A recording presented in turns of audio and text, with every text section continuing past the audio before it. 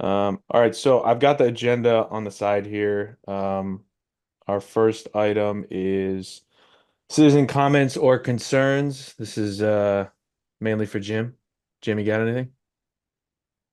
No, we're good. Okay, none. The next thing is the approve the agenda. So Richard had pointed out two things to add, which I have added on my own agenda that'll become the minutes. The two things to add were the Efficiency Vermont grants and air filter workshop. I think with Matt Sharp, just kind of Right. we'll just talk through that, schedule that, or at least figure out when we can be available for that. And then the other thing was the Bristol Energy Storage Facility project site walkthrough, which I was actually unable to attend yesterday, but I still think it's worth talking about because um, even though we didn't do it this time, now that I have their contact info, I can maybe see if maybe next spring we can get the energy committee to just take a walk up there and take a look at it. So I've added those two things to the agenda. They'll be on the minutes. Does anybody have anything else for the agenda? No? All right.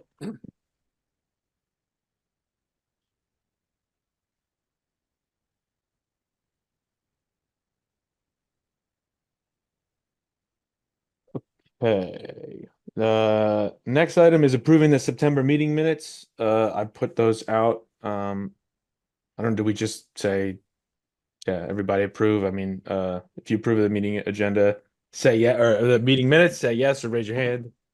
Yeah, I think we're good. Yeah, one, two, three, four. Okay. So moved and approved. Approving my own meeting minutes. Okay. Now the administrative stuff is out of the way, we can do the fun stuff. So, today with us we have Ken Bauer from SoulSelect, who has been, I think he had talked to Sally, I think, about what SolarFlect is and what they do, and so Ken, I don't know if you have a presentation or if you just wanted to talk. We could just do roundtable style. That's fine too, but I'll turn it over to you now. Thank you. Thanks so much, folks. Yeah, I'll do both, Ben. Certainly treat it as a round table and interrupt and stop me at any point. But I also have a presentation.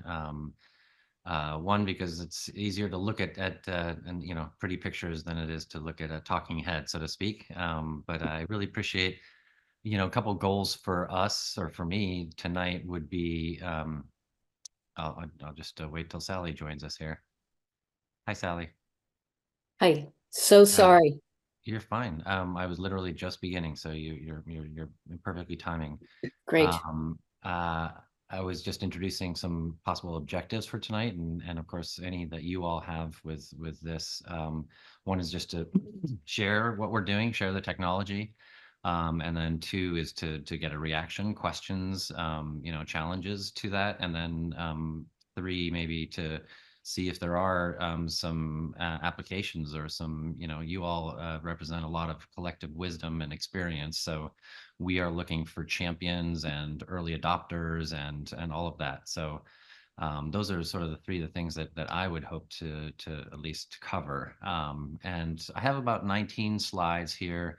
Hopefully, we can have a conversation as we go along, but I think they do give sort of the arc of the story, so to speak. I'm gonna press share here and hopefully it comes up. Can you all see that? I could see it, Yes. yes. Mhm. Terrific. Now it's full screen. So here we are. I actually think about this as thinking differently about two paradigms. One is that we are slowly, but surely, and then more rapidly shifting as a society to electric vehicles. And then the second paradigm shift that we are really thinking about is how to charge all of these electric vehicles. So our idea really is borrowing on that Apple slogan of thinking differently about EV charging. And the problem that we're trying to address as a small Vermont-based company is the following. That EV adoption is growing rapidly. Even here in Vermont, I think the EV fleet grew by 8% last year, and EV charging is really a problem. There's a lot of deserts, there's a lot of deficits, there's a lot of lack of access, particularly for rural communities, for communities that are less well off. And then, you know, a lot of our infrastructure just isn't ready for lots and lots of new EVs to be plugged in. And then the dirty secret to EVs is that right now they're being powered by fossil fuels, right? Anything that is a new marginal demand on our energy supply in Vermont is going to be met by methane and coal, because you can't get more hydro from Hydro-Quebec if you suddenly turn up, you know, your demand. And then finally, you know, there's the reality that more and more employees are driving EVs and they want to eliminate their range anxiety. So we're trying to hit all of those squarely with our new offering. So this is really just to give you a quick picture of EV fleet growth. You know, there's the extreme of Norway where 80+% of new vehicles are EVs, but you can see China, Germany, and we're at the beginning of that curve, but we are surely on that hockey stick curve towards more and more EV adoption. So municipalities, employers, utilities are, you know, just beginning to grapple with the dimensions of this challenge. Here's another way to think about it, is, you know, the growth for EVs in workplaces, and the facilities manager there sort of depicted by this, you know, guy with a headache. They have to begin to think about how are we going to provide EV charging to all of those employees? Where are we going to put it? Where are we going to extend the electrical infrastructure? Where are we going to dig up the parking lot, et cetera? So this is you know, we've been speaking to facilities managers, CFOs, sustainability directors for the past year and a half, and you know, they're seeing this on the horizon. It may not feel urgent just yet, but they are, you know, seeing it both from their staff and then also if you're talking about students at schools or nurses at hospitals, et cetera. And this is part of sort of all of us adjusting our paradigms in terms of how we drive. I drive right now still an internal combustion engine. And, you know, I haven't spent a lot of time charging electric vehicles, but 80% of it happens at home overnight. And then there is an important 20% that needs to be addressed. So right now, there's a lot of federal funding going into public charging, super fast charging. You know, we've seen a lot of NEVI funds going to places in Vermont and New Hampshire. But then there's this 15% of where workplace charging happens. And this is the niche that we're really aiming towards for long duration, commuter-based parking where we can charge electric vehicles and hybrids. Many of you may know us or have heard of us.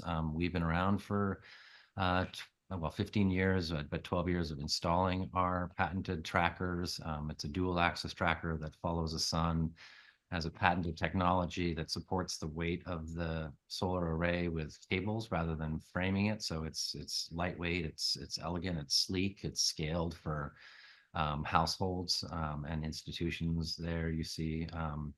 And we've adopted the same tried and true technology that we've been installing now for these electric vehicle chargers. And this is the product, the offering.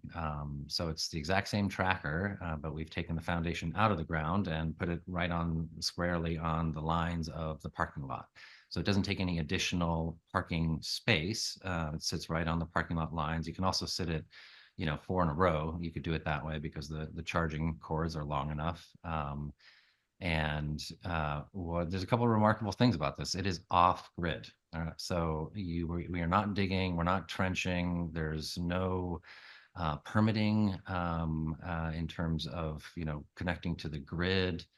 You don't need a master electrician. It's fully assembled and it can literally be installed anywhere in any parking lot in one day. Compare that, you know, if you begin to think about what it means to install a traditional EV charger, and you begin to see the difference in how rapid and scalable this is. So it's a mobile solar asset. And you can also think about it as the EV charger plus the fuel for 25 more years. So it's not just the EV charger. You know, when you either purchase this or lease this, you're getting the whole machine and then all of the fuel. Just so you know, you don't have to put this crud in your car. 100% clean off-grid EV charging is here, and it installs faster than you can get a call back from your power company. All right, just that was real quick, 20-second, but that's the first charger that we installed at Dartmouth College. We've recently installed 2 at Middlebury College, one at Marble Works in Middlebury. This month we're moving into Keene, New Hampshire at the Cheshire Medical Center. So we're beginning to sort of pick off these key sectors into schools and institutions like that, hospitals. And we've been talking to a lot of municipalities. And there's a number of potential areas where we'd love to grow, but we're in that very much in that startup phase of we're introducing a brand new idea to the world, and the world is going to catch up to us. So now getting a little bit into the numbers here, the data on this. You see it's a pretty good representation of what the charger looks like on the parking lot there. So there are 4 level 2 chargers, and if there's 1 car parked, 1 car gets all of it. If there's 4 cars, it's divided evenly between 4 cars. The annual production of this machine is 40,000 miles, or sorry, so it's 10,000 miles a year per vehicle. Yeah, so it's 40,000 miles total. You can also think about that as 10,000 kilowatt hours. So if you shave the weekend and the holidays for your average employee, then you're talking about for each parking spot, you're generating about 7,500 miles per vehicle. And that is more than enough to eliminate anything like range anxiety. We're taking data on the Dartmouth drivers, and their average commute is about 3,500 miles. And the ones who are parking at this EV charger are getting about 7,500 miles of miles. So Ken, I have a question. Please, great. Hi. If I understand this correctly, so there are 4 chargers, but the power that's coming only solely from the solar collector, correct? Correct. Yeah. So we've made Okay. a principal decision not to put a battery in between the panels and the cars, and there's 2 reasons for that. One is that the car batteries are far, far bigger than anything that we could mount on the tracker. A Tesla has 130 kilowatt hours of storage, for example. And we have a battery that is behind one of those boxes, but that battery is used, and it's 10 kilowatt hours, and it's used strictly to regulate the flow of energy from the panels into the batteries, so that there's a steady stream. But it's not for charging the cars. And the reason is because the battery is, there's no reason to put a small battery in between it to a large battery, because we'll be filling a very large container with a small container, right? If you get the metaphor. And the other reason that would radically increase the cost if we put a bunch of batteries on there. And what we're trying to do is offer something that's really low cost, and I'll get into those numbers. But a battery would really up the price a lot and not provide a lot of storage. That's a great question, though, David. And a follow-up question is that you mentioned that if 4 cars are there, or 1 car is there, or 2 cars are there, that varies your amount of charge you're getting per hour. Yeah, exactly. And how does that compare to a normal level 2 charger? That, I don't know, what is it? Well, so yeah, it will provide, so if there are 4 vehicles, and let's say it's a cloudy January day at 3 p.m., right? It's going to provide a minimum level of charge, or it won't provide a charge at all.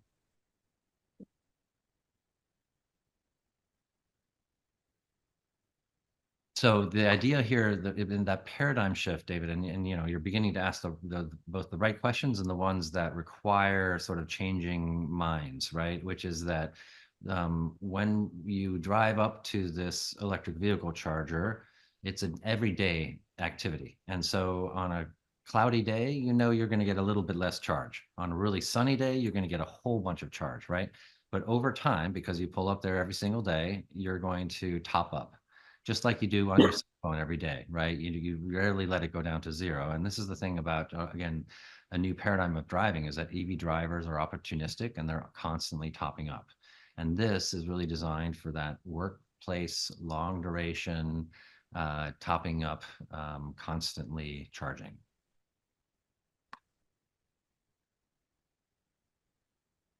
And so it's not, one thing that is immediately to point out is that it's not a replacement for traditional EV charging, right? You're still going to need that 24/7 EV charging. You're going to need that rapid charging on the highway. This is really about what do you do when, the first 4 electric vehicles are easy to charge if you're a corporation, but what about when you have 100 employees driving electric vehicles, right? Do you want to have to build out that infrastructure with utility tied charging? Instead, what you can do is take all of those employees off that demand for the traditional charger and put them on these solar EV chargers. And you're not paying the utility anymore for that energy. And it's clean power.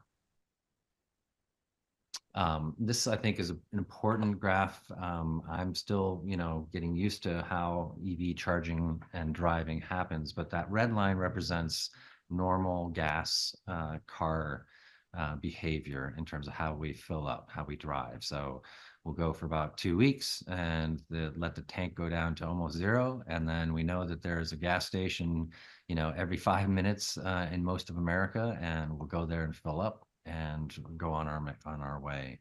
The green line represents EV drivers, and they keep their batteries between 50 and 80%. And so they're constantly, as they say, sipping or topping off as they go along. So they're going to take advantage of any charging that's available to them. This is a good example too of that idea of EV drivers sip, just like we will charge in our phones for 10 or minutes or an hour.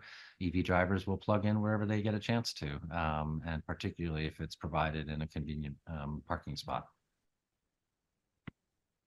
So this is sort of a diagram of this idea of being able to easily scale up the solar EV charger. As you see, it doesn't take any additional parking spots, but again, you don't have to dig or trench or install any extra infrastructure. We'll plonk it right down on the middle of that parking lines, and the next day you'll have another EV charger. So that replicability, that scalability is something that we hope really begins to appeal to larger and larger corporations. Oftentimes folks in New England are asking about snow. How does this thing handle snow? Number one, both our residential and these trackers, they stow vertically at night. So they don't accumulate snow and ice at night. They're also pitched steeply in the wintertime. So they're sloughing off snow constantly, and then it moves every 2 minutes. So unlike let's say a solar pagoda or a car cover. In the wintertime, those tend to get covered with snow, and they keep the snow and the ice on them for long periods of time. A tracker doesn't have that. It's also moving the snow, if there is any accumulating, in a circular pattern, so it's not all dumping in one place. When you think about the plow drivers or the people who have to clear the parking spots. That example picture that you see right there is from Dartmouth just after a snowstorm, and they'll have to do a little bit of clearing, right where the chargers are, but otherwise it's like a lamppost effectively.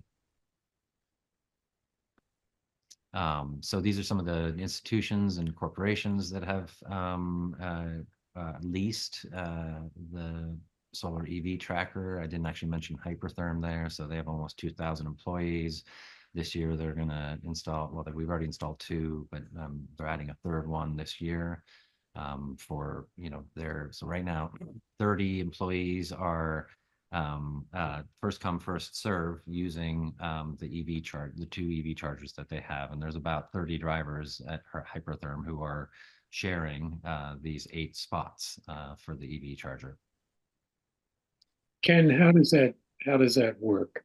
Yeah, and this is also, Richard, getting to the question of how do you monetize this, or how do you pay for it. Yes. Yeah. And so there are a number of models already out there, and there's going to be more models in the future. As I was mentioning, this is not designed as a retail option, right? So pay as immediately as you go, right? Because on a cloudy day in January, if you pull up to it for 20 minutes, you're not going to get a lot of charge, right? And so somebody who pays swipes and says, "Oh, there's their credit card, and they want to get a charge." We need to manage those expectations. It's not a retail solution, right? Instead, it's a solution, as we were talking about, either for a corporation or a large entity that has employees who are driving a fleet of electric vehicles. And so Dartmouth, as the first example, 4 of their employees won the lottery. So there were 80 people interested in getting these 4 parking spots. 4 won the lottery, and Dartmouth is providing those spots and that charging for free right now. They intend to then phase into subsidizing half of the cost, and then the employee pays for half the cost of the charging, right? That's one model. Hypertherm, as we said, has right now 30 employees. They all have swipe cards, and first come, first serve, they have access to free charging at one of their facilities. Middlebury College just installed 2. Those are for staff there, and they're also fully subsidizing those right now. They anticipate as demand increases, they will shift to a hybrid subsidizing model. So those are some of the pay models that are out there right now, Richard, for this. In terms of the logistics of it, it's an off-the-shelf commercial level 2 charger, and it has a card reader, and we just issue a card, and whoever has that card can plug into the EV charger.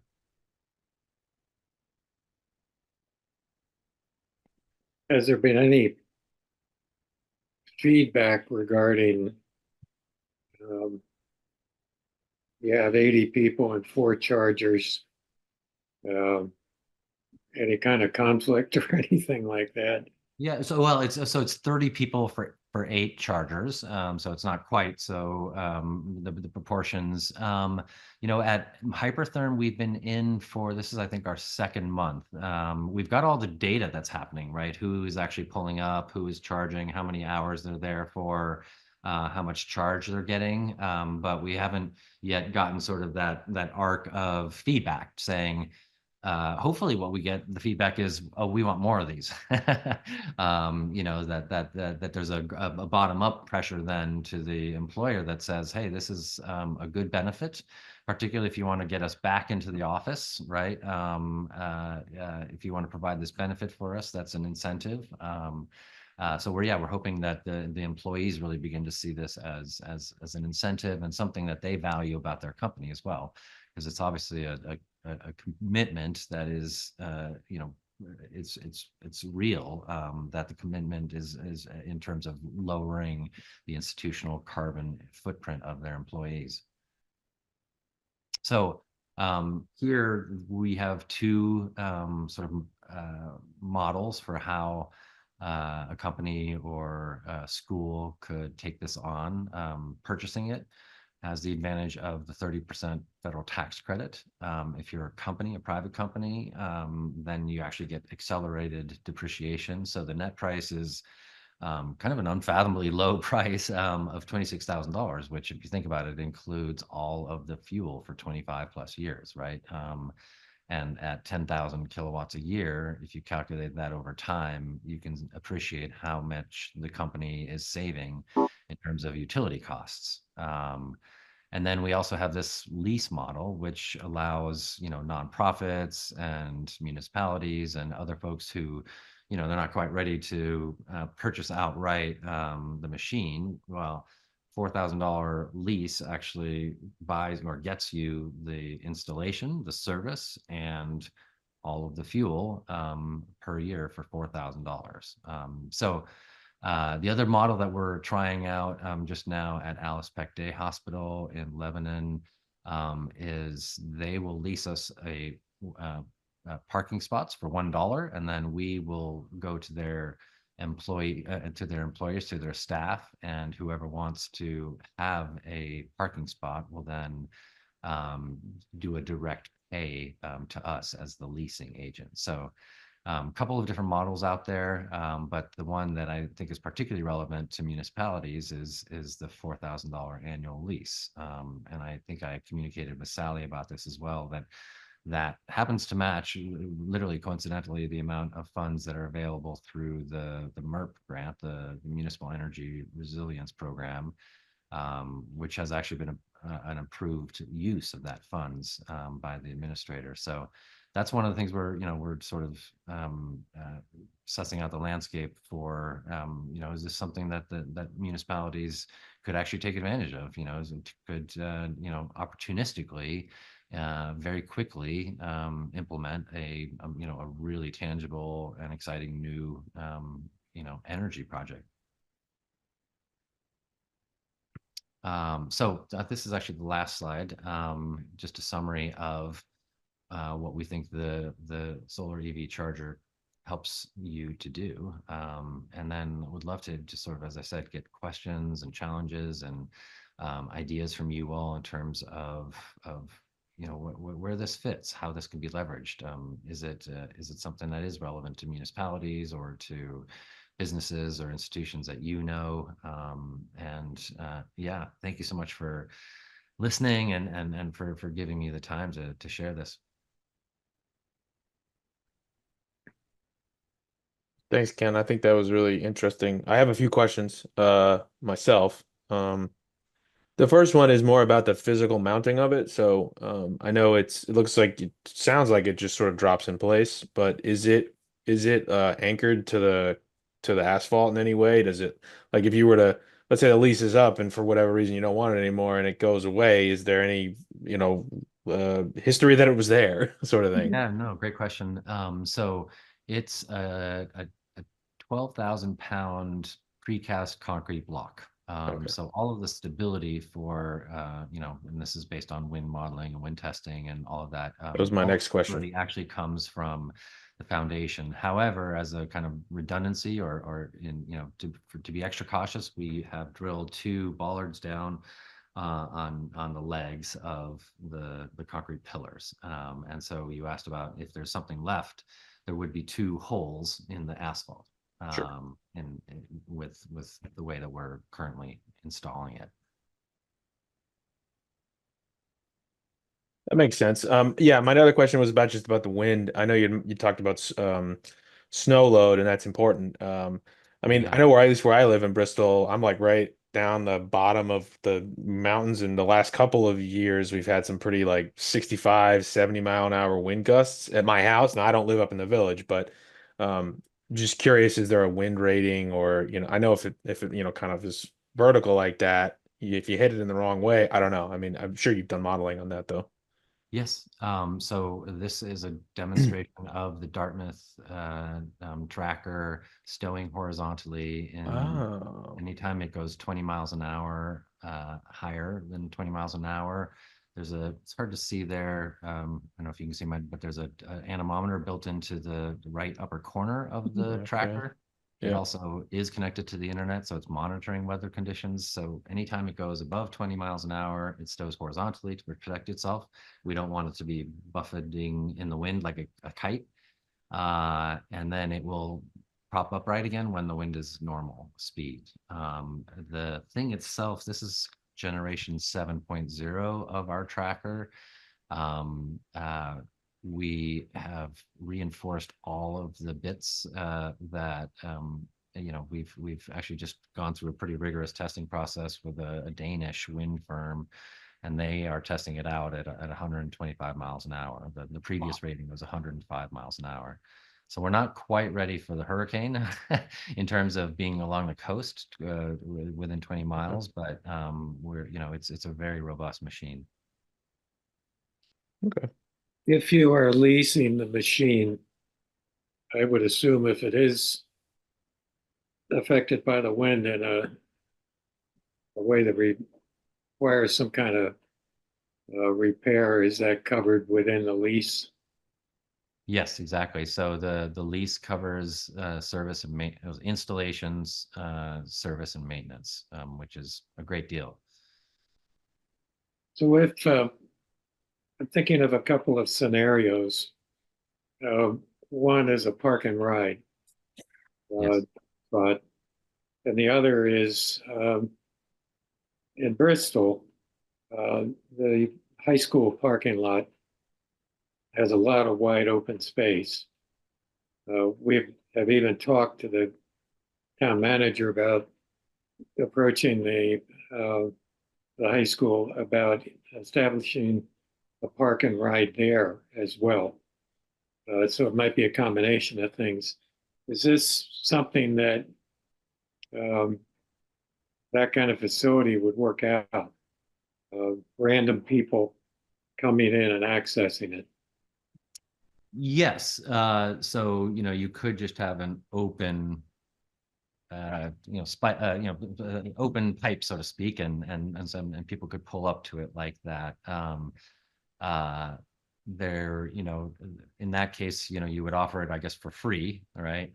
Because there'd be no way I mean, in the future, as I said, there may be an option to pay as you go, right? But again, it's going to be people who understand what the charging they're going to get, right? So it's really about managing those expectations. Yes, you can have it just as an open sort of pipe, so to speak, and just be fueling any vehicle, but we think that those park and ride situations, those tend to be people who are going there, habitually, right? And those would be good drivers for us to target, right? Because they're always going to be parking and pulling up and then charging their electric vehicles, and that's a great time to be charging during the day, right? Another, you can think about then that niche of who parks places during the day. So as an example, golf courses, right? Somebody parks there for 4 hours during the day and they could charge their electric vehicle. Retirement homes, there's a whole bunch of niches that we think that you could have that long duration daytime charging. For the school, I would think maybe it would probably maybe work as like the school staff. Like because you can manage it that way. The school is the ultimate user of it, right? And then they can, like Right. I think you mentioned, they can distribute the access, as they determine. Yeah. Yeah. So yeah, they could have, 8 staff members who have electric vehicles, first come, first serve. What's great about our product is we can put it anywhere in the parking lot, right? You don't have to put it right next to the building. You don't have to put it, you can put it by the tennis court or wherever there is open area, right? And then those folks, they pull up and every day they're going to charge. And one thing we think about that is that this also addresses an equity question, right? So right now, if you think about a hospital, the surgeons get to pull up right next to the hospital, charge their fancy Tesla cars, and they get the charging for free. What about the nurses and the staff? Typically they're parking out in the farthest parking lot, right? And they don't get charging for their EVs and their hybrids, right? So this is really for us, it's a question of making electric vehicle charging more widely available, giving more access. So the school example, Ben, is a great one because we can now provide charging for school staff members. That's a concrete benefit that the school can and the town can provide for its staff. And you can put that thing anywhere in the parking lot.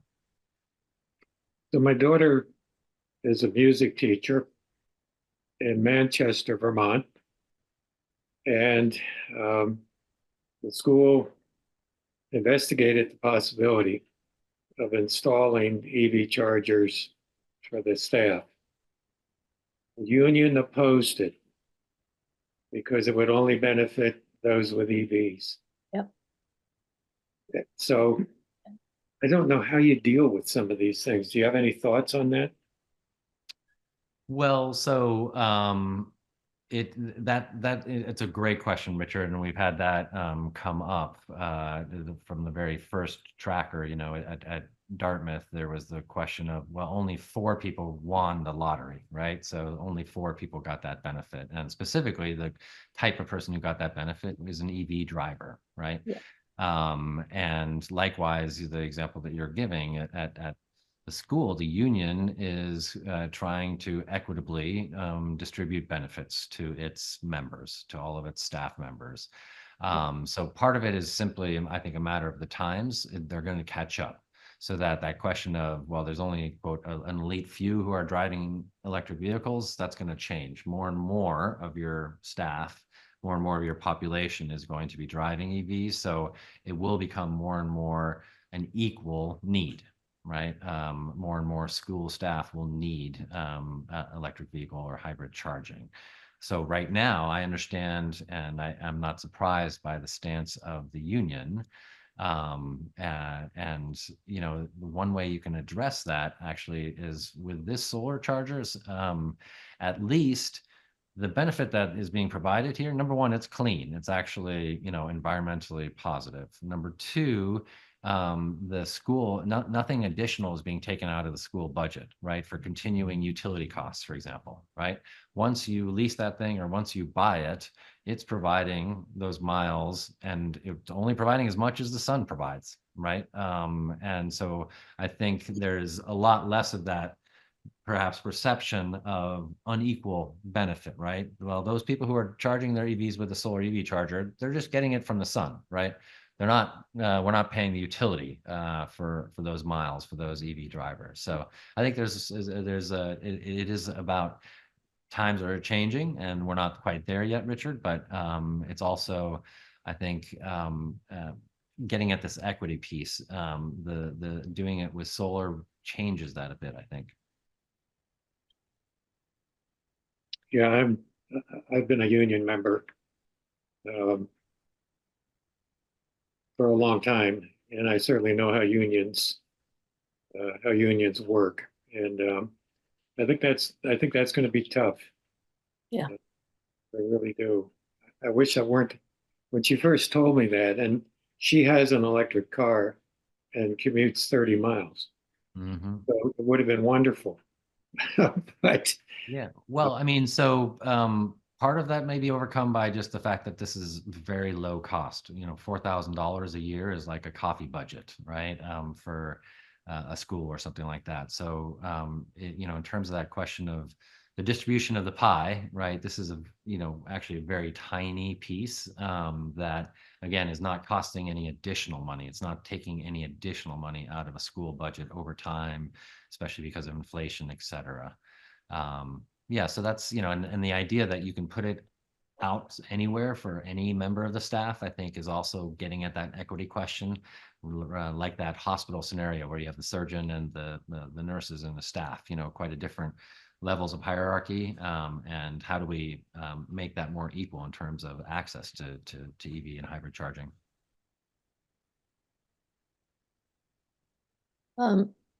Ken, if it was going to be for anyone in the town, like a kind of a park and ride or just anyone could use it, but maybe the school let us put it there.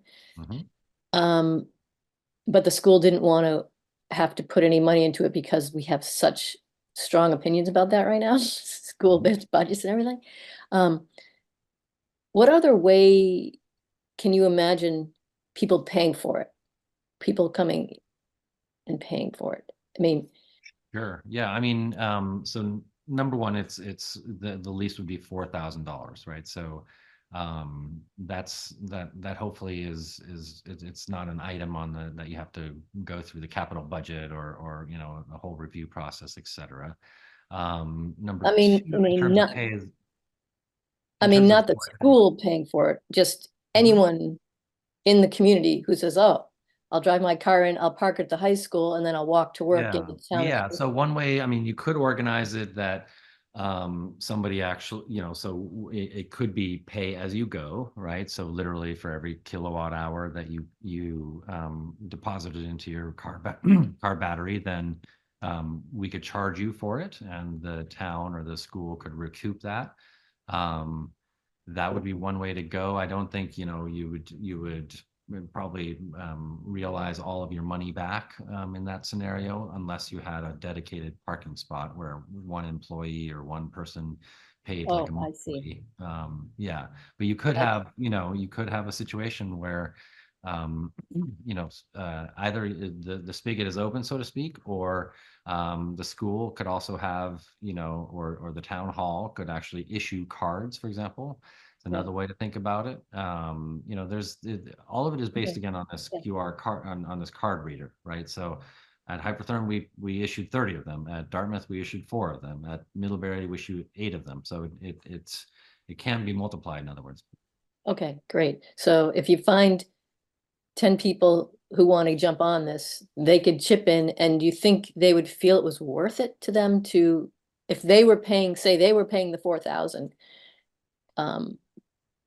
how many So people and break would it they be? down, yeah, you can break it down. It basically comes down to $83 a month per parking spot. So the $4,000 lease, if you break it into, $1,000 per parking spot, right? It's roughly $83 a month. So per that's for parking 4 spot. people. Exactly. So Okay. then divide it however you like after that. Yeah. Okay, right. And it could be maybe 2 people who kind of work together to pay for that 83. So it could be $42, $41, 41.50 or something like that. Exactly. So, Yeah. so 2 And people again, could have it for a month. keeping it to a pool of people that we can do a lot of outreach to and sort of hand holding, especially at the beginning, right? To again, help people understand it's pure solar energy, right? Yeah. We found that people are adapting and it's actually quite simple. It's really just flashing your card and filling up your car or Yeah. topping it up. We have some apartments around town, Mm, some affordable housing, but we have no charging there. And yes. we've felt like it would be great if there was some charging there. But That is a good I mean, example, maybe if Sally, they, that's a good extension of that equity question, right? yeah, So multi-unit housing, you can't install an electric vehicle charger for every member or every tenant, right? You can't do it in terms of logistics and you can't do it in terms of money, right? And you likely can't do it because of the capacity of your sort of electrical infrastructure. So how are you going to provide any electric vehicle charging for those people? Well, if you have a community of, let's say, 30 units, and you have a solar EV charger, again, you could have that first come, first serve basis, but 30 people could hold cards or however many people have EVs. yeah, right. Huh.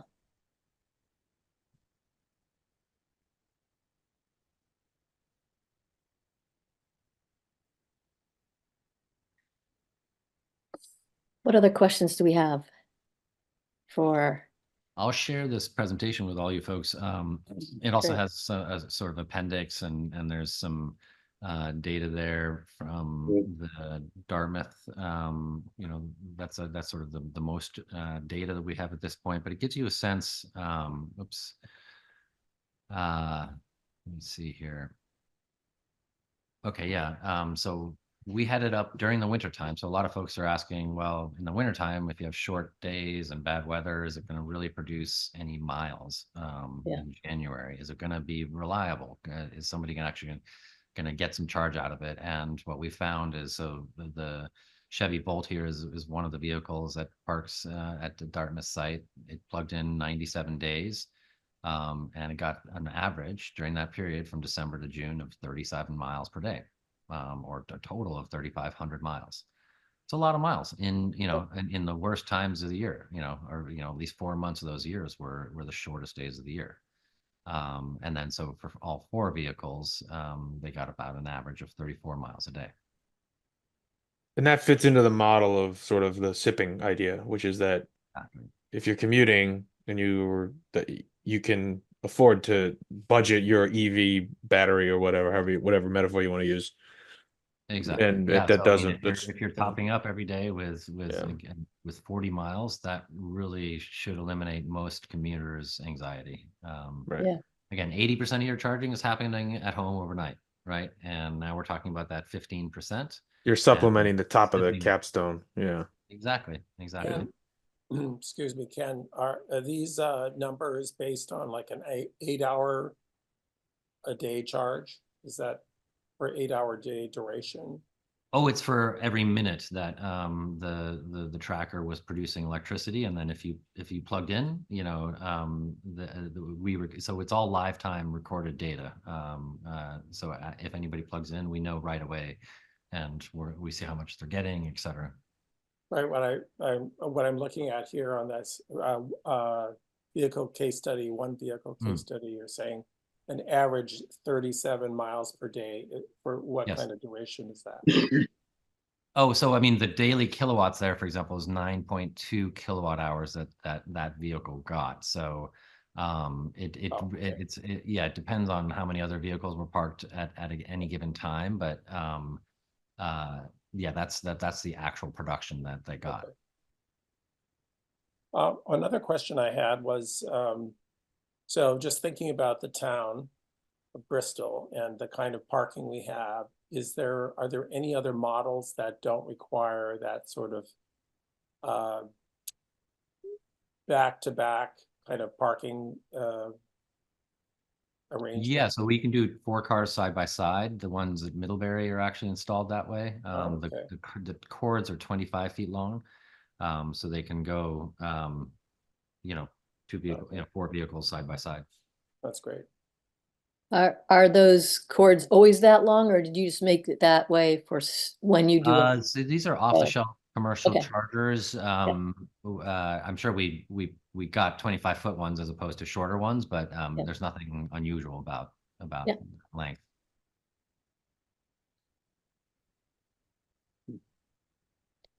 And do they have a way to easily keep them out of the way so that if someone wasn't there, no one's gonna drive over them or something like that? Yeah, there's different models of that. Either you coil it up or there's something retractable. Right now we have one of the coil ones, Yeah. because if you add retracting machinery, those parts that can break. Yeah. So right now that's another reason, Sally, good question, of why it's probably better to have a reliable sort of pool of people parking at a site rather than your random person pulling up, because then they Yeah. know how to take care of it, they know how to stow it, they know how to plug it Yeah. in.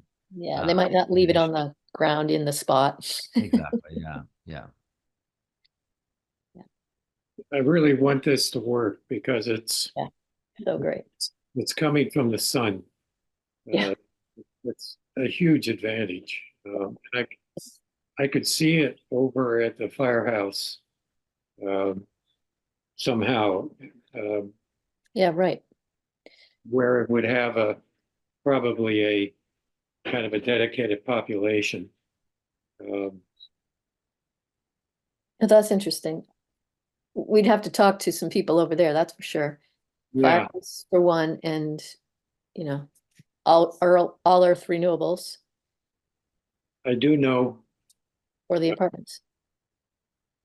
I could, my charitable self says it'd be great to fundraise and provide the cost of the annual lease. So people in that, some of the housing is subsidized, could simply pull up and charge. They wouldn't have to pay. Hmm. A long time ago, I was a multi-unit apartment owner, and I had a closet with community cleaning tools in them. People got into fistfights over the vacuum cleaner. So uh, all these things have to be really thought through. And I'm just thinking about the people that I know that live there. I don't think any of them have EVs, do they? That's what I was thinking too. Yeah, I mean, a lot of those people are living there. They're on, they're getting food from the food shelf. They're paying what they can. Their housing is subsidized. So I just don't know about that. Yeah. And kind of thinking about the residential setup, I know in the dead of winter, oftentimes I'll be leaving home in the dark and coming home in the dark. So it just seems like a good portion of the year there's not an opportunity for cars to use this to charge.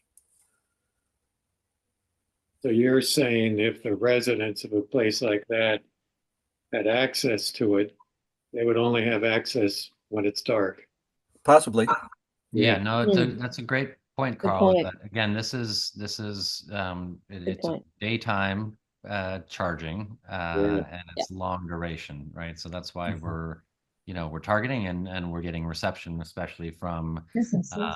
companies and institutions that have daytime employees, right? The example of a multi-unit housing where folks are driving to work during the day, that may not be the best place to put a solar EV charger. By contrast, a retirement community, right, where folks are not spending a big part of their day away from the community, and there could be a large number of people. And if you think about these subdivided or gated communities, they had built electric infrastructure that is not ready for electrifying everything. They're not ready for every single house in that subdivision to put mini split heat pumps. They're not ready for every single house in that subdivision to put in EV chargers, right? So in a way, it's going to become a push question, right? That if you want EV charging, you're actually going to need to find alternative means to power it, right? And so that again is something that we can actually provide. So I agree with you, Allison. There may not, you want to go to a place where there is a minimum number of people driving EVs and hybrids, right? So Hypertherm was a good example. They have 2,000 employees.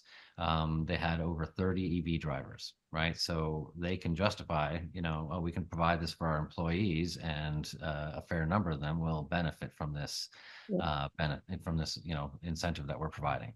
Yeah. Certainly, a company like that could organize um, a staggered access so that all 30 would have some access. Yeah, I mean, EV drivers are opportunistic. They'll definitely come up with a system, right? You could have it as, a basket where the cards are kept, and you drop it in there when you are ready, or you exchange keys. There are all kinds of ways that you can circulate access to this.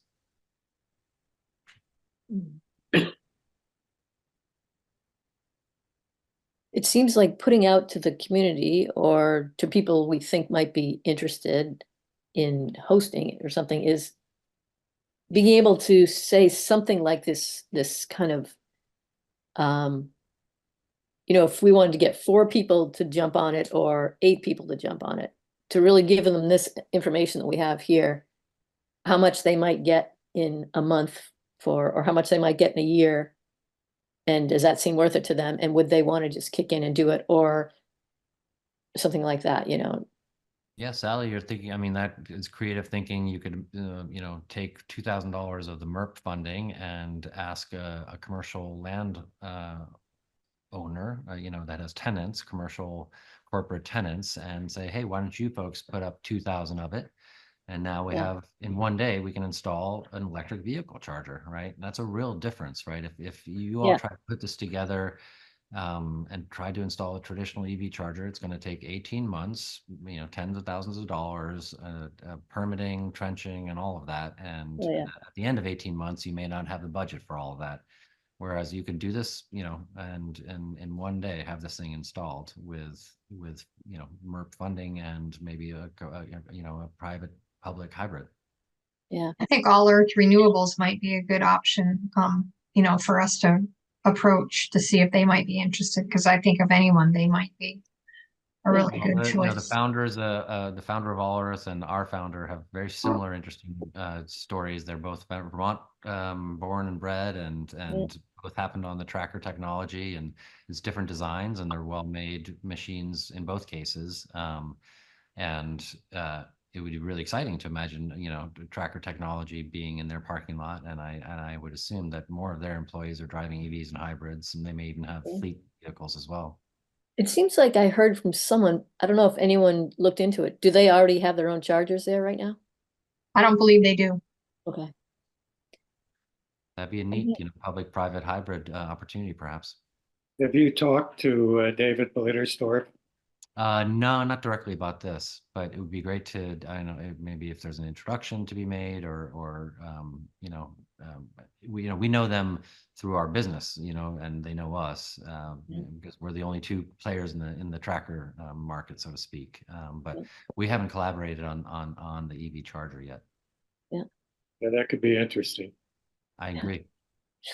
Well, All Earth Renewables, I've been talking to their marketing professional, and I think they're gonna kind of. I think they wanted to come talk to us at the next meeting in November. So I think we have that conversation. I don't know. I just they're aware of us. We're aware of Solid, everyone's aware of everyone, and it seems like this energy committee, the people that it represents, we could potentially be a little bit of inertia for something. I don't know. We brokers. Yes, yeah, no, that I think is a great role for That's great. organization committees like yours. Great. You're not going to, come up with the funding yourself. That's going to come from elsewhere, and but folks in the community, folks in Yeah. all of these places. So that's a great intermediary role. Yeah, so if we're thinking about, trying to put some ideas together and reaching out to people, would it be okay to maybe run it by you to make sure we're saying the right thing? Please. Yeah, no, I mean, so we have, a 2-page flyer. We have a 1-page sheet of sort of technical specifications. We have Okay. videos. We have some news pieces. Yeah. Any of those, we're more than happy to share and have you share, including this presentation. So, Yeah. yeah, lots of resources. And, if there's a specific organization, so as an example, when we did the lottery with Dartmouth, we also provided a survey for them to survey their employees and get a sense of their EV fleet, so there's we're going to be doing this sort of bespoke service, actually, in terms of getting folks onboarded. Yeah, great. What I'm thinking is probably the next step would be doing maybe in the late winter, plan a presentation, a public presentation. Probably invite All Earth Renewables to come and talk about this and think about it in terms of what's the application for Bristol and for its residents. A kind of a creative session. Yes. Yeah. We'd love to Okay. participate. Yeah. So if we spend some time now just reaching out to people and seeing who's interested, maybe we can get them together for a presentation and they can ask their questions, that kind of thing, you mean, Richard? Exactly. Yeah. I'm thinking of Bristol Core, for example, Yeah, because I think that the business people might be interested in this. Have you Yeah. been in Bristol, Ken?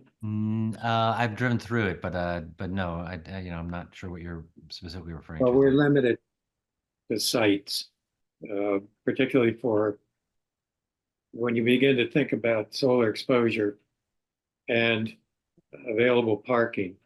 Yeah. The firehouse, the school parking lot come to mind immediately. Yeah. But then it really starts to drop off because the big parking lots in town are entirely dedicated to Shaw's and Walgreens, so. Sure. And first, the second thing, they're not really that large to begin with. They're No, pretty they're- small and they're covering a lot of people. Yeah, So so I the think, school is much bigger, that kind of thing. What were you gonna say, Ben? No, Oh, I but thought you were saying something. No. well, I think you've given us a lot to think about, and I think we should say, maybe I would recommend as a committee that we, after the holidays, plan a making available an information session to the people of the town to see what kind of interest there is. Does that make sense? Yeah. Do you mean when you say holidays, you're not talking about after Halloween, are you? No, You're I'm talking about like January? first of the year. Yeah. Yeah, in the meantime, Well, it just, we'll definitely be here. We can be in sort of advisory role, and as you reach out to folks and as you get questions, happy to field any of those, and then do meetings like this as well, and with smaller groups of interested citizens, so to speak, or maybe the facilities manager and CFO of a company that, comes to mind. Yeah. That's great, Ken. I wish we had bigger companies around to offer, but who knows? Maybe Kevin from Bristol Works would be interested in learning a That's little a bit more about it. possibility. Yeah, they actually have parking. Yeah, Right. That doesn't work. So, in terms of types of interventions, this is really low risk and low cost, Yeah. right? Because we are assuming all of the risk and of installing it, maintaining it, and servicing it, all for $4,000. Yeah. So it's a relatively small capital cost for something that is, as I was saying, sort of immediate and tangible, and delivers on sustainability commitments. A lot of companies, a lot of institutions have made carbon commitments. How are they going to do it? I want to give me the numbers. Show me the numbers, and this thing will show. It'll actually literally show you the numbers, right? The number of kilowatt hours that are being put into electric vehicles, and not being fed by fossil fuels. Yeah. So we could even look at it as a possibility of a demonstration project, a feasibility study. Exactly. So those Like MERT funds, the $4,000, they're not designed for, as I understand it, permanent infrastructure, right? But what's nice about the solar EV charger, it's not permanent. It's a mobile solar asset, right? So if at the end of 1 year lease, conditions changed and Bristol did not, or Bristol Works did not want that charger, we can move it and we'll lease it to somebody else, right? Yeah. And so that's how it becomes a demonstration project, right? Is you try it for a year, right? And see how Yeah. it goes. I think that's great. Okay, that's starting to show some possible pathways. This is the most exciting movement toward getting electric chargers we've had in about 5 years, I feel like. So we've been You working don't at it. have to talk about it anymore. We can actually just Yeah. deliver it. Hey, we could all Quite- throw in some money and get one in the town right away, Yeah, that's what I was thinking. I wish and we, then talk people into paying us back. All right, Well, this is great. if you're Bristol Works and you purchased it, the net price would be $26,000 to both have the charger and then the fuel for effectively the rest of time. That's a pretty good, even that's a capital expenditure, but that's a pretty great return. You get almost 48% of it back in a tax break, and then you have an EV charger that you can install anywhere. Wow. So that I missed that part earlier. So Yeah, that's the very good. the So great. financials. Let's see. Sorry. The two sort of ways that you can, yeah, here we go. So the purchase Oh yeah, model, right. $50,000, you get 30% back. That's both if you're a nonprofit or a municipality or something like that. And then if you're a private business, you get the accelerated depreciation. So your net price is $26,000. And that is good for how long? That's it. So that, I mean, However so long it lasts. yeah, however long it lasts. Yeah. So, the panels are warranted by the manufacturer for 25 years. And there is, with that, we do have a service fee. With the lease, we include the service in it, but with the purchase, we have you on a service contract so that that the machine will keep working for as long as you have it. But just $300 for the annual service fee. That's it. Sounds great. Thank you so much. Yeah, no, I mean, we'd be thrilled if, we need some, as I said, early adopters and some champions. This idea has real traction. We're talking to venture capitalists, we're talking to people in California, we're talking to people in, lots of, in Maryland next week. We're trying to grow it here in Vermont. This is our, Yeah. proof of concept. We've got them already out there running, but we need adoption. We need to really begin to hit that tipping point, right? Where people see it and they say, oh, that makes a lot of sense. I just got a call yesterday from somebody who had been at Marble Works, and they saw it, and oh, you know, suddenly they're like, oh, that's a new idea. I didn't know that that was possible. So Yeah. you all can be, you know, champions, and that would be amazing. In Marble Works, is it the Marble Works group or whatever decided to put it there? Yeah, the I mean, owner. they're- Yeah, the owner. Just it's a commitment for him, and he drives an EV, and Yeah. they have enough employees, and so yeah, it's uh, just we've had a long relationship with Marble Works. The owner also has trackers at his home, actually. So Yeah. yeah. So they went ahead and purchased it instead of, No, they're leasing it. They're also okay. leasing. So they're Mhm. doing the year lease, and then they're Exactly. gonna see how it goes. Yeah, exactly. Yeah, great. Yeah, that makes Excellent. sense. So you mentioned you had some promotional materials. Yes, Could you make them available to us? absolutely. Maybe send them to Bristol Town Hall, Energy Committee, Bristol Town Hall. Sure. Yeah. I'm not sure I have that email, but Yeah. I have. Is I that mean, for the you could send email? them to one of us if you want. Yeah, I'll share it you know, back to the original email I got, and then spread it far and wide. Okay. Do you, So do they you are, think it's, yeah, you sent us stuff, I I think, sent you just simply a online. 2-page flyer, Yeah. but I'll send along this PowerPoint presentation and Okay. That's you great. know, sort of a cheat sheet on the specs of it, Great. and then some links for videos and things like that. Great. Thanks so much, Ken. Yeah, thank you. Really Yeah. appreciate the time and the good questions, and super excited to see where we go next. Yeah, And I'll Thanks, let you Ken. folks great. take the rest of your meeting.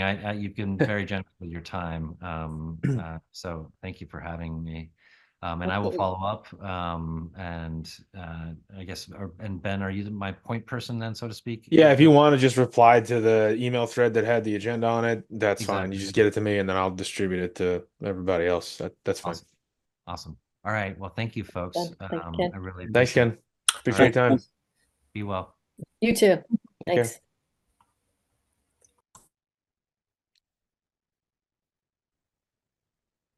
All right. Well, that was great. I Yeah, found that that was to be great. fascinating. Yeah, it's, boy, we've had such a headache trying to do this EV thing for years. Yeah. And who maybe is, we just needed to wait until this more flexible possibility came along. who's the principal at Bristol Works? Who is, Kevin I Harper. can't remember his Uh, name. Kevin- Harper. Kevin Kevin Hart, Harper. Kevin Harper, yeah. So I think that's a really good idea, actually. I think Yeah. he would do it. I mean, they got doctors and dentists that work there. Like there's Oh, yeah, there's got to be if anywhere in Bristol that's not the school has a potential for it to be like this sort of like use case feasibility angle. yeah, I don't think there's a better place for it than Bristol Works. I can't think of one. yeah. I'd be glad to connect with Kevin. I've known him for years, so I Good. could That have would a be awesome. conversation with him. Yeah. okay. Great. All right. So that was our first agenda item.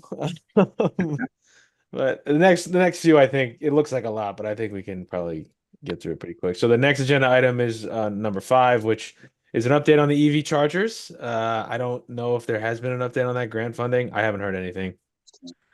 Done. Yeah, okay. No update. I gotta follow up with Ian. Every time I see him, I ask him about it, and he goes, "Yeah, we haven't heard yet." So Yeah. I'll put a bug in his ear again. It's not, Items. it's not his ear that needs the bug. Well, right. That's true. That's true.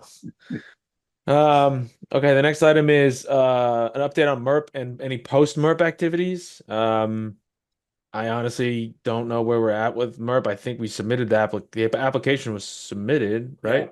It was submitted, and Allison and I were in the last meeting, and we talked about the deadlines coming up. I'm sorry, the last select board meeting, and we talked about the deadlines, and that's coming up on Monday. We're supposed to hear on Monday, and hopefully we get good news. And then there's Allison probably knows this better than I, there's like maybe like within 2 weeks or something, we need to, the town has to sign the agreement for the money, to get the money if we are selected, so. Right. Yeah, so I think it's next, I don't know if it's actually Monday, they said the week of the 21st, so it's sometime Oh, next week. okay, I thought I had it down as that day, okay. And I think the agreement has to be signed by November 29th. So I would suggest that if we find out, like we find out next week, we should probably either way, we should get on the agenda for the next select board meeting and just present to them and tell them, you know, the good news, hopefully. And you know, get the agreement in their hands so that they have plenty of time to review it and then, you know, maybe go back next time and get their, you know, get it from them. So Also, just as a footnote, Maddie Madison Shropshire, who is from the Addison County Regional Planning. Regional Planning Commission, she's left her position, and we got another person's name for that's gonna that we're gonna be working with if we do get the grant, and there's some follow-up stuff. Yeah, that's Mike Winslow, I believe. Unless Yeah. a new one comes on, or maybe he's interim, I'm not sure. Well, I'm he's, not sure, I don't remember the name, but they're gonna be hiring a replacement for Maddie. Okay, so Mike is just kind of covering in the meantime. Yeah. Yeah, that's a real loss. Yeah, I'll say. Boy. I Yeah, wonder if she's going to Switzerland. I don't know. I think I don't know. she's going to New Zealand, isn't she's she? going to New Zealand. Is she Yeah. really? Yeah. Good for her. I told her she didn't have to go that far to get away from the mermaid. Yeah. Yeah, she's been great. So it's been really, I'm truly impressed with the work you guys have done on the MERP. So I want to thank you for your service and that nice job on that. Yeah. Nice. Thank you, David, Allison, Richard. David and Allison really picked it up and ran with it. So Yeah, that's great. Another thing that from that select board meeting is I spoke to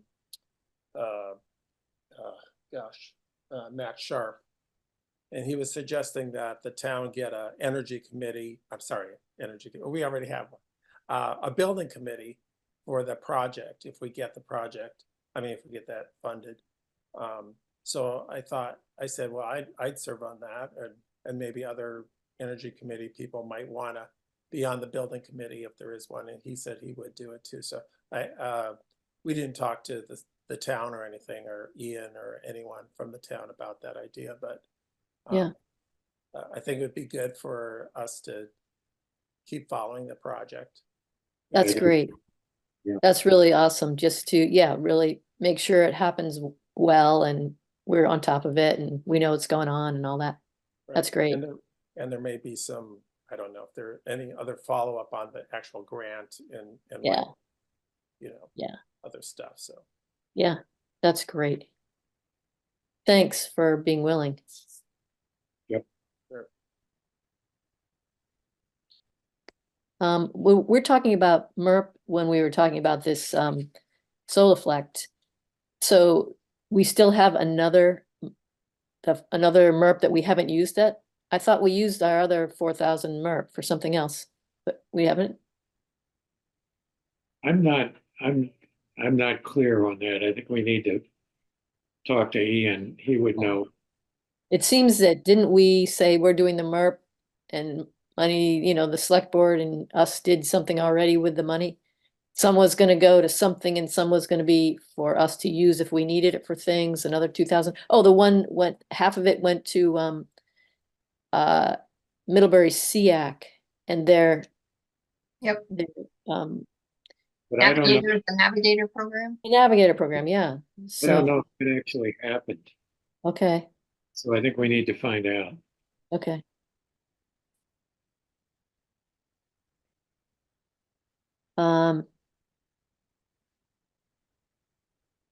And how do we find out that? Who would be like Valerie, you think? That'd be a good start. Okay, I'll do that. Mm. And Navigator project, right? And if the money's available, originally it could be used for promoting um, activity in this area, having meetings and preparing materials and Yeah. that. So we might want to use that for some information sessions or something of that nature, if we could get it. Instead of Solaflect? I'm skeptical that we would even be able Yeah, to manage a lease, but it seems to me that Bristol Works would be ideal. okay. We'll talk to Ian about that. But I don't know, that's just my thinking.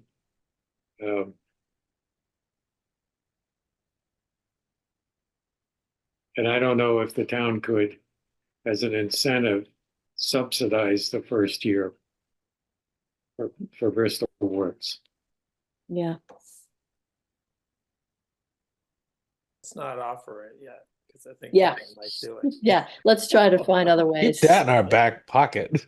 Yeah, In our back pocket. But I like the idea, Richard's idea of like having the money for like public information sessions and maybe publications or something that we might be doing in the future for public education. I think it would be nice to have some Yeah. money to do that if we could, if not.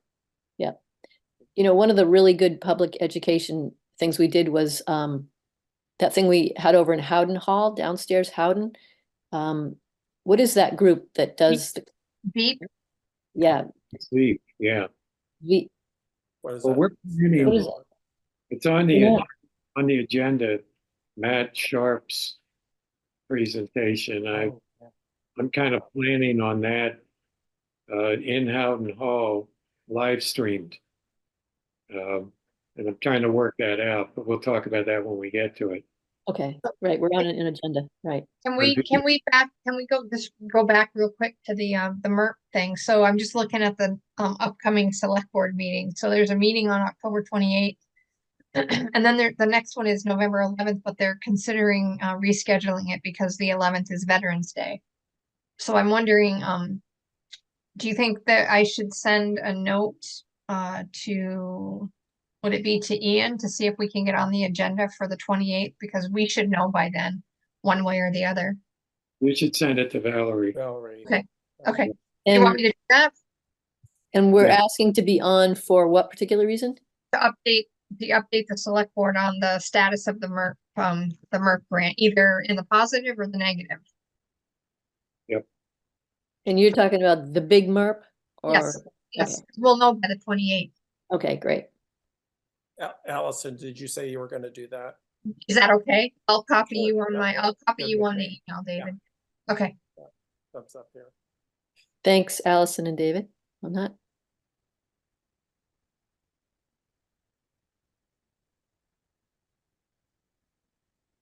Is that it for MERP? I I think think it might be. You All can right. do that horse. Yeah. The next one, this is just a placeholder because I know we had talked about it at the last meeting. If anybody who went to the Virgins Energy Fair, that was in September, if there was any interesting conversations that came out of that, or if anybody wanted to talk about anything they learned, I think Solaflect might have been came out of that, right? Yeah, I talked with Ken there, and that's what we got going on. That was one of the most exciting conversations I had there, but I had a lot of really good conversations. Hardly any visitors were there, so we all just had this huge energy fair, connect Amongst with everyone. ourselves. Yeah, that's disappointing, isn't it? it was somewhat disappointing, but it was also I think a lot of us had a good time talking with people and learning more and, but it's too bad not more people were there. Yeah. Well, if Oh, something I had- good comes of it, it was Solaflect. So there's Yeah, that. I Yep. feel good about it. I had a really good conversation with the SEAC people and just trying to think of different ways we can get the word out about the Navigator program. So I'm going to try to use some of my other I'm involved heavily in the Bristol Food Shelf and also with the Vermont Food Bank. The Vermont Food Bank does a Veggie Van Go distribution once a month. And I talked to them, it was today, I talked to them about you know, using that venue to distribute some information about the Navigator program as well as our own local food shelf. So that was kind of exciting. That was my excitement. You know, Yeah, at the energy fair, which is getting some more information about the Navigator program and you know trying to help get that off the ground and you know just start trying to help more people. So that's great. Allison, could you just just give a word or two about the Navigator program? I don't think I know what it is. yeah, so the Navigator program is hold on, I have a little flyer here. If I can find it in my mess at the desk. My understanding is they're trying to get people that they can train who will go into people's homes and just not really doing energy audits, but just kind of helping them to you know, connecting them to resources. So, you know, helping them make a home energy plan, helping them figure out how to get a home energy audit, you know, having them, you know, help giving them some ideas about how they might weatherize their homes, how they might get a heat pump, you know, talk about what rebates might be available because there's just so much information out there. And it's, you know, it's hard for people to know, you know, what what can apply for them. So it's basically just educating a group of people that will work with homeowners and I think even renters just to kind of help them, you know, help them navigate through all the stuff that's out there. So that's kind of what it's all about. And it's free, you know, you know, it's just a way to work with people to educate them about what's available. Thanks for that. I can send you if I can send you their website if you want to just it's Yeah, part if of you the wouldn't. Climate Economy Action Center of Addison County. That's what they're kind of part of. So I'll Okay, send you their website just so you can take a look if you want. thanks.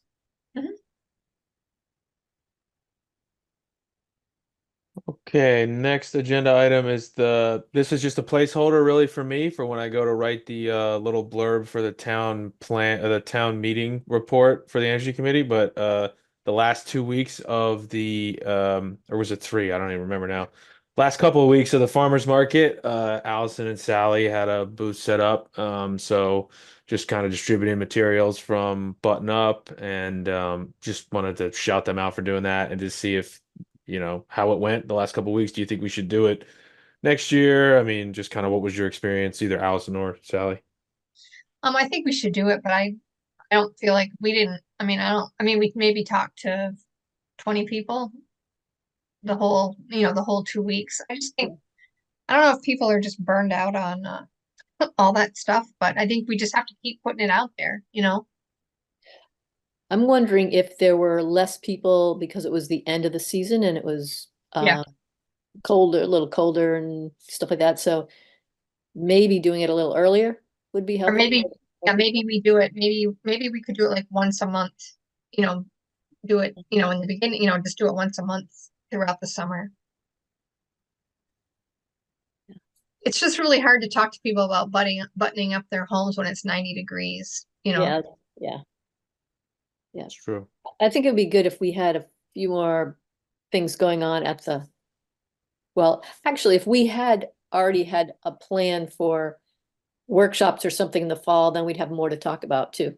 Yeah, because it was we kind of threw it together at the last minute, like, oh, we should do this. So yeah, so maybe next, you know, early, maybe in the winter or the spring, we just need to be more mindful about, you know, like you say, getting a couple more activities together and we could talk more about those. I think that would be Yeah, things lined up for the fall, like we didn't do the EV thing.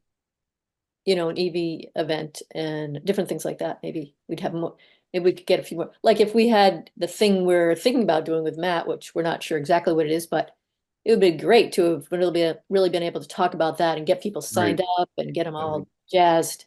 So I think we just need to be a little more organized next year, and then we'll be able to get people on board more, and like even window dressers or something, you know. If we're doing it. Yeah, it's a good idea. Okay. Well, I think it was a worthwhile thing, and I thought it was a great idea. So I think that Yeah. was good. No, it was Yeah. good. It felt good to be out there available, even if we didn't have a lot to talk about, really. Right. Okay, agenda item 9 is this is one I admittedly will admit I lost track of. The bylaws for the select board. I do not know where that stands right now. I think the last update from my notes was we had incorporated comments from Ian, from Jim, from maybe David as well, I think. And I think there is a master copy of it floating around somewhere, but I just don't know if the current iteration of it has gotten to the select board for them to consider. No, it hasn't. And I have that master copy and it's really ready to go. If it's your will, if you approve, I could send it to Valerie to be distributed to the select board. And then it could go on the agenda when they're able to do it. And we could get that off our plate. Yeah, Do it. sounds Okay. good. Yeah, I think it probably dovetails nicely with updating them on the MERP as well on the 28th. Yeah, it depends on what they're, Yeah, what their priorities are, of course. Yeah. yeah, Yeah. right.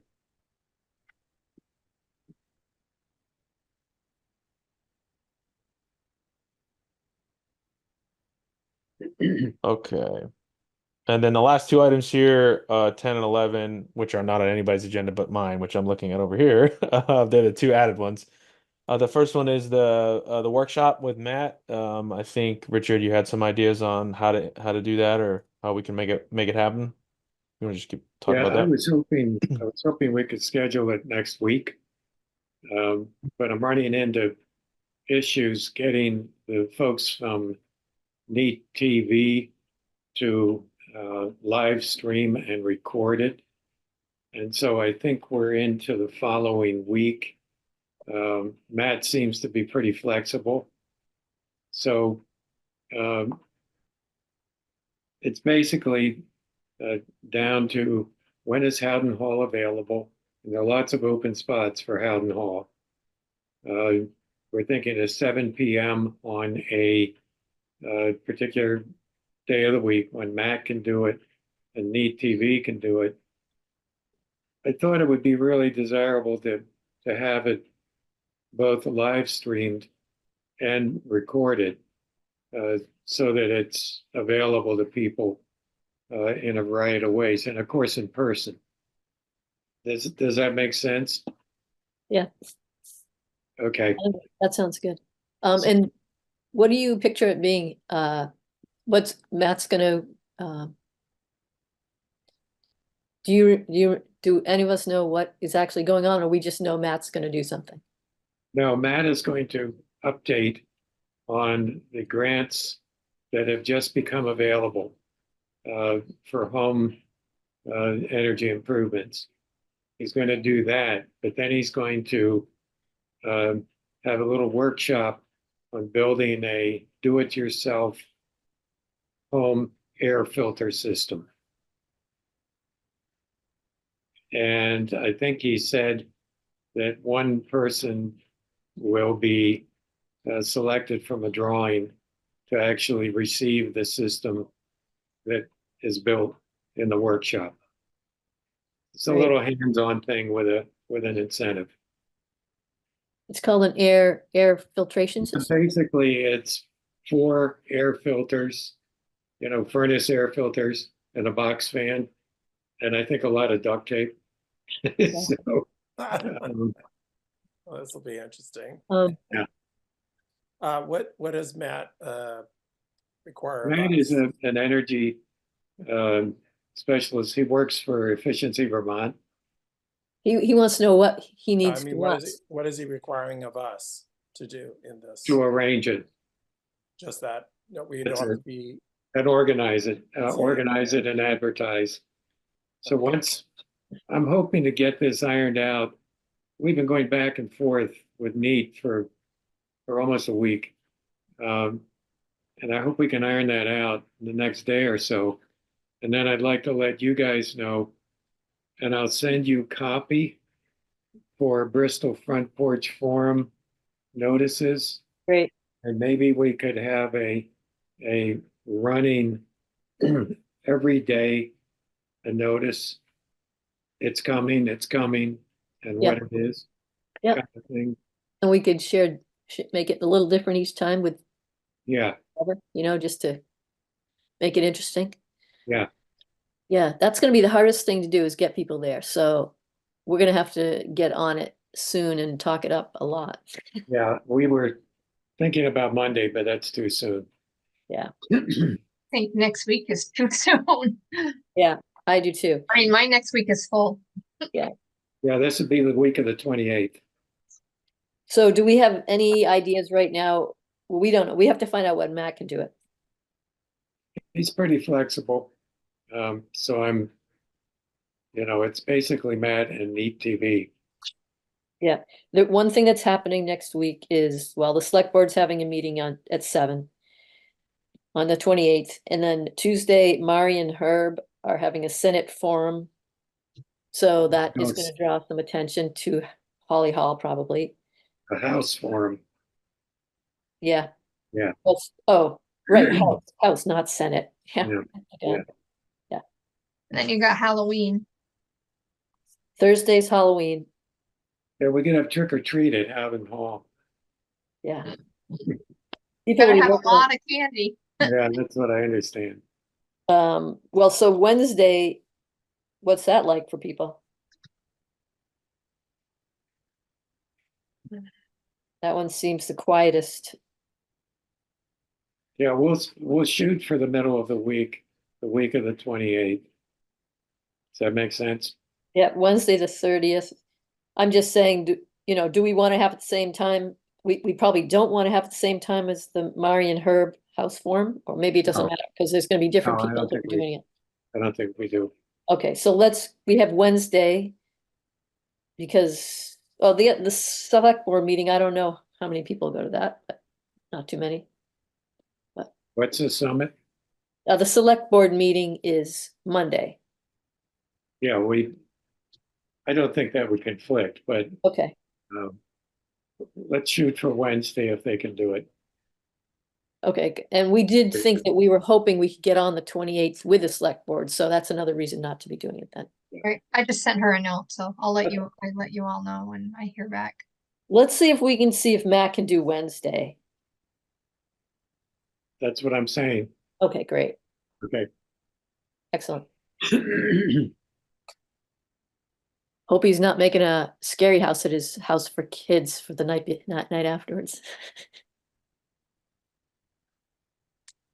All right, and the last agenda item I've got is just this the Bristol Energy Storage Facility site.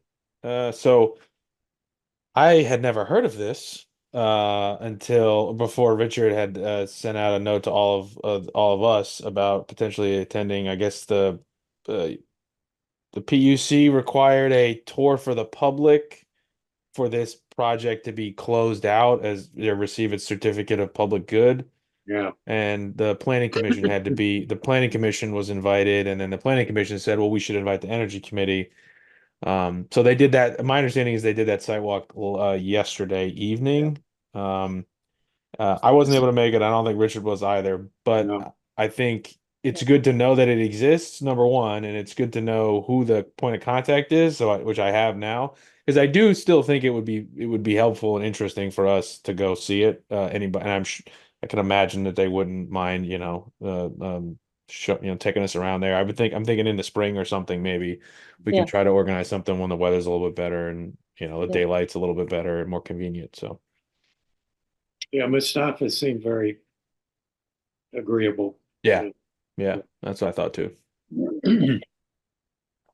Um, I really wanted to do that, but I had another meeting. Also, they scared the heck out of me when I looked at the directions. it's crazy up. You don't want to be walking up there when someone's driving down or Well, anything. I don't want to be driving up there, and No. they said Yeah. you need a four-wheel drive Oh, yeah. vehicle. Yeah. I've gone up there a lot. I've spent a lot of time up there walking and cross-country skiing for the past couple of years. So I know the area well, and it's a scary little road. Well, maybe we'll drop in by hot air balloon. Yeah. Okay, I think that's it for the agenda unless anybody has anything else. Sounds great. Thank you so much. I'll type up the meeting minutes and send them out to everybody. And we'll be on the lookout for the meeting on the 30th. And Allison and David, if you guys find out about MERP, if you find out about MERP next week, just let it fly. I'm very anxious. I think we're all very Yeah. anxious. So Yeah. yeah, it'd be good to know that. Yeah.